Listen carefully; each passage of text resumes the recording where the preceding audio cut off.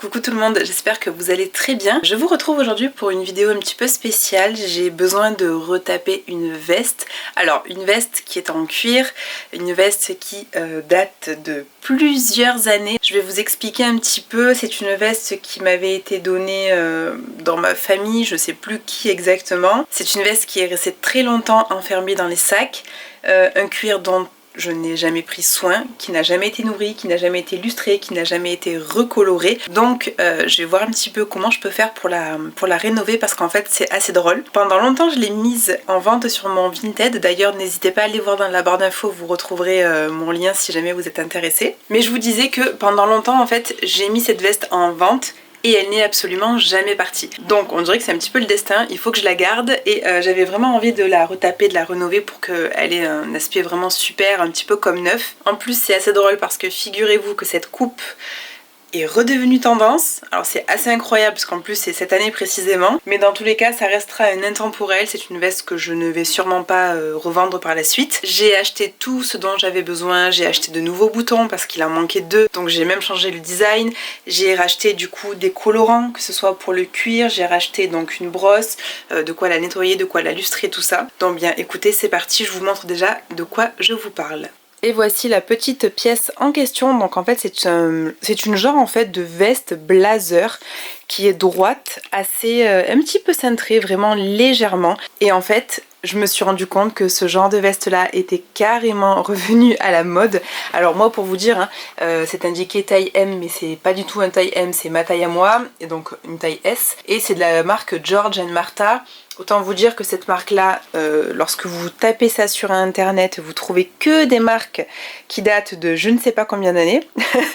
Donc on est vraiment sur une veste hyper vintage, mais je trouvais ça hyper dommage en fait de la bazarder, étant donné que à la base elle coûte plus de 200 €. Je vais tenter de vous montrer un petit peu la couleur actuelle pour que vous ayez un avant-après justement.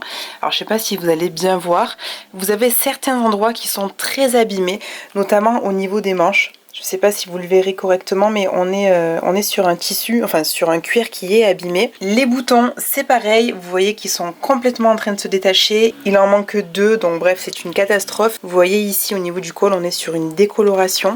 Donc voilà, il y a quelques endroits comme ça, même ici, vous voyez, hop. Voilà, je fais un petit peu le tour de la veste pour vous montrer un peu son état. Le plus vraiment c'est au niveau des manches.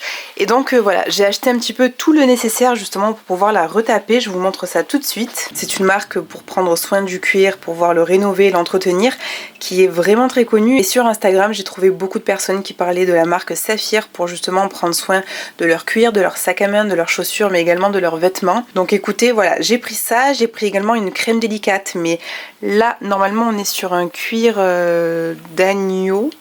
Non, je sais plus. Je pourrais plus vous dire. Je pense que si je regarde sur internet, je peux trouver. Mais bref, je vais déjà l'entretenir dans le sens où je vais d'abord la nettoyer correctement. Donc je vais commencer par la nettoyer correctement. Ensuite, je passerai du coup à la recoloration. Et puis écoutez, ben voilà, on laissera sécher. Et puis le tour sera joué. Donc c'est parti. On va voir si j'arrive à faire tout ça. Donc on va commencer par déjà s'installer sur des tréteaux.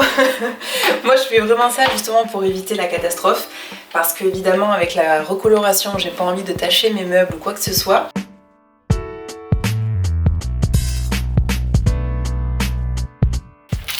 Vous voyez, publicité quand elle sert à rien, vous savez pas quoi en faire.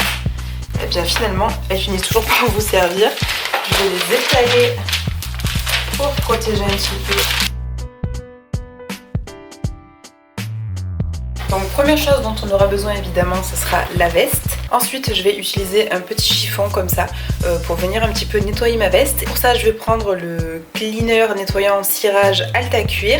Donc ça c'est un produit aussi pareil professionnel que j'avais acheté pour les chaussures. Maintenant je l'ai encore jamais utilisé sur une veste, et vous savez que lorsqu'on prend soin de son cuir on fait toujours attention. On vient en fait tester sur une petite partie cachée de la veste pour voir si évidemment il n'y a pas de soucis. Donc là vous voyez par exemple là à l'intérieur je vais le faire peut-être vers ici. Je vais tenter parce qu'on ne sait pas si ça va décolorer ou pas. Donc par précaution je ne vais pas commencer à faire la veste. Donc j'en prends une toute petite quantité et je vais venir essayer de frotter pour voir si la couleur s'en va ou si le cuir résiste. Donc je vais attendre 2 minutes, mais en tout cas sur mon chiffon il n'y a absolument rien. Donc c'est parti parce que la veste supporte très bien ce nettoyant. Donc on y va, on va commencer un petit peu du coup à nettoyer la veste avec des mouvements circulaires. C'est vraiment pour voilà, dégraisser le cuir, enlever un peu tous les résidus qu'il pourrait y avoir.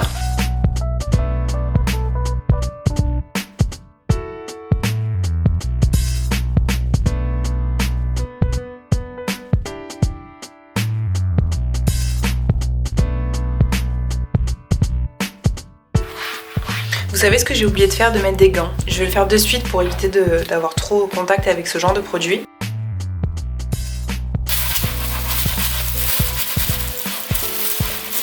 Et vraiment ce produit est génial pour justement bien enlever toutes les taches et tout. Donc voilà, je vous le recommande parce que je l'utilise là depuis quelques années.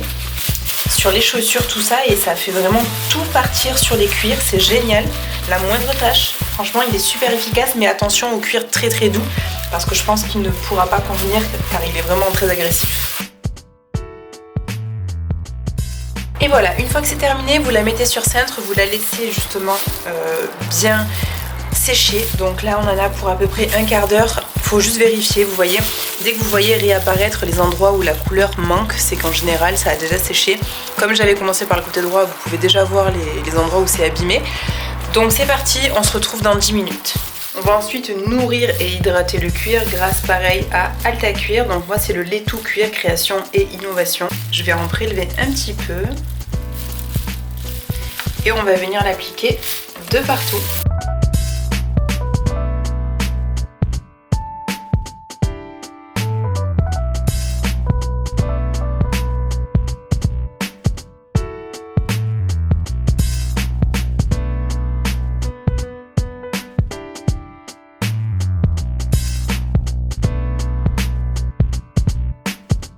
Et voilà pour la nutrition du cuir, c'est terminé. Donc là ça va être pareil que la première étape, on va devoir la laisser sécher. Donc idéalement une demi-heure. Voilà, c'est vraiment pour que le cuir absorbe correctement la crème. Et puis on se retrouvera juste après. Et voilà, donc là j'ai attendu une demi-heure pour que vraiment ça sèche correctement. Donc là c'est parfait. Je sens le cuir beaucoup plus souple, beaucoup plus mou, c'est assez rigolo. Bon, maintenant je vais passer du coup à une étape qui est essentielle.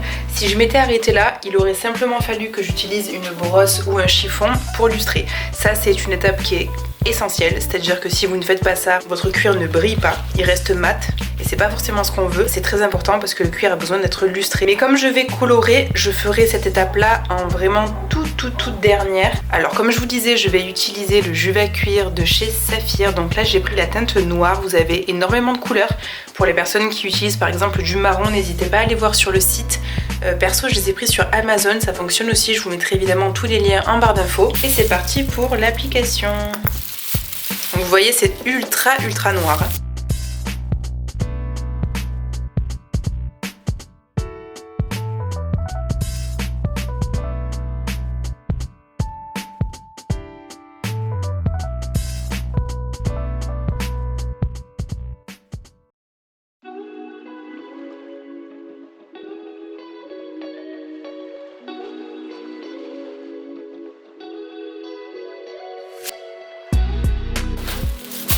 Je suis assez impressionnée par ce produit, il est incroyable. J'ai vraiment l'impression de rien mettre en termes de quantité. Je sais pas si vous voyez ce que je veux dire. En fait, je vois absolument rien, mais mon cuir est devenu neuf. C'est-à-dire que tous les endroits où c'était décoloré, ils sont neufs à la perfection. On dirait sincèrement que cette veste vient juste d'être achetée, c'est assez incroyable. Ok, bah écoutez, alors là je vous le recommande, mais à 1000%. Vous voyez, rappelez-vous de ça. On le voit clairement qu'il manque de la couleur au cuir. Et voici maintenant le résultat. Franchement, c'est incroyable. C'est incroyable et on dirait pas du tout que ça a été retouché, c'est surtout ça qui est assez fou. Par contre, vous voyez l'intérieur de la veste, ce dont je vous parlais justement tout à l'heure, qui est en contact avec nos vêtements qu'on porte. Je vais pas le colorer. D'une, parce que déjà c'est une face qui est cachée, et de deux, parce que imaginons que je porte un t-shirt blanc ou quelque chose de clair. Malgré le fait que bon, ce produit est vraiment conçu pour être porté au quotidien, je préfère ne pas prendre de risques et éviter une décoloration. Et ça c'est valable avec vos sacs de luxe par exemple. Souvent si vous portez par exemple, je vous donne un exemple, n'importe quoi, un sac Chanel de couleur blanc ou crème, si vous le portez constamment avec une veste en cuir noir, il se peut qu'il y ait des dégâts. Donc là j'ai terminé de m'en occuper. On vous dit de le laisser poser 15 minutes. Alors je vous conseille, c'est un grand conseil, de le laisser poser 1 heure.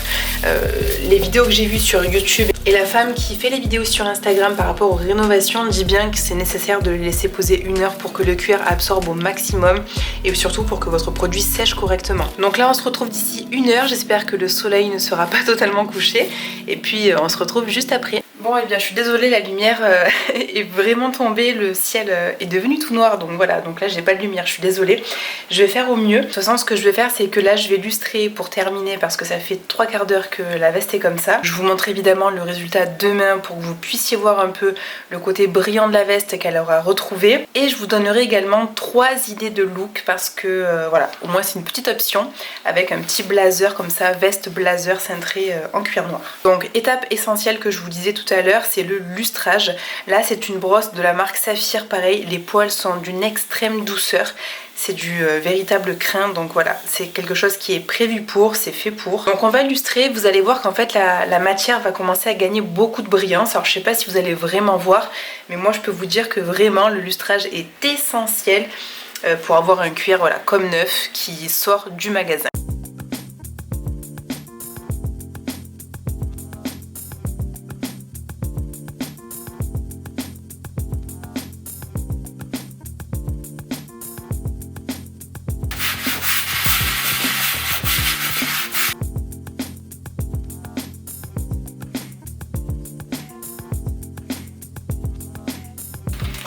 Et voilà, le lustrage est terminé. Alors comme vous pouvez le voir, je tiens quand même à le préciser, je n'ai pas mis de gants, mes mains ne sont pas colorées en noir. Voilà, parce qu'une fois que c'est bien absorbé, c'est un produit qui est vraiment de très bonne qualité.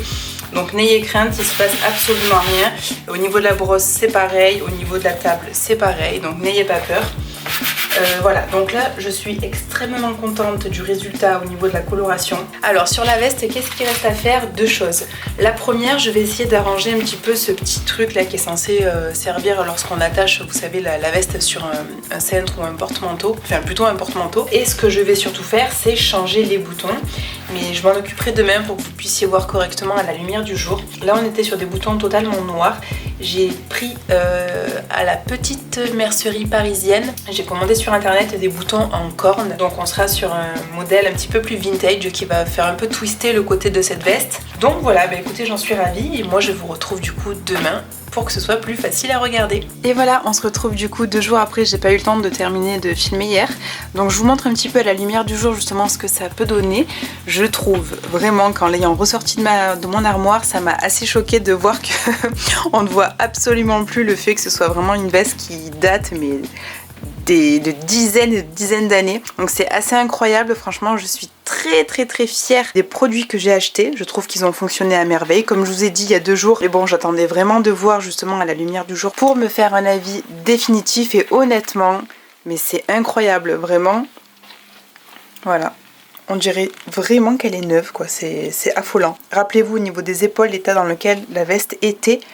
Là, on ne se doute même pas qu'elle a été recolorée. La prochaine étape, ça va être de remplacer mes petits boutons parce qu'il ne m'en reste que 2 sur 4. Voilà, donc ça c'est les anciens boutons, vous voyez qu'ils sont tout noirs, un petit peu comme la veste. La seule chose effectivement, c'est que juste ici, vous avez quand même la marque écrite sur le petit bouton. Donc vous avez marqué George and Martha. Et moi je vais vous montrer tout de suite ceux que j'ai achetés sur la mercerie parisienne. Et ça ce sont ceux que moi j'ai achetés. Voilà, je vous montre un petit peu. Donc là on est sur de la corne. Vous avez vu qu'il y a des petits détails marrons justement parce que c'est de la corne pure et dure. Là on est sur un bouton qui est naturellement comme ça de couleur. Donc voilà, s'il est un petit peu, vous avez l'impression que c'est abîmé, mais en fait ça l'est pas du tout. C'est vraiment la corne qui est comme ça. J'aimerais vraiment pouvoir claquer des doigts comme ça. Et voilà mes 4 petits boutons. C'est assez rigolo parce que vraiment j'ai l'impression d'avoir une nouvelle veste. Voilà, je vous montre un peu les boutons de près. Je trouve qu'ils se fondent super bien avec le style de cette veste là. Vraiment trop contente.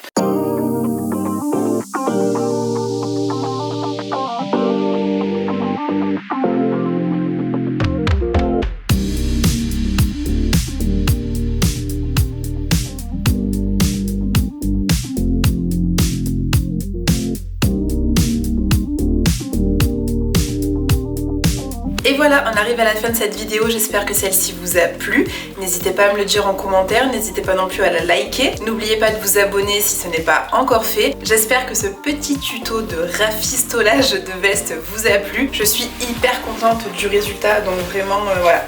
Une veste que vous avez vu porter dans différents looks, autant habillée que décontractée.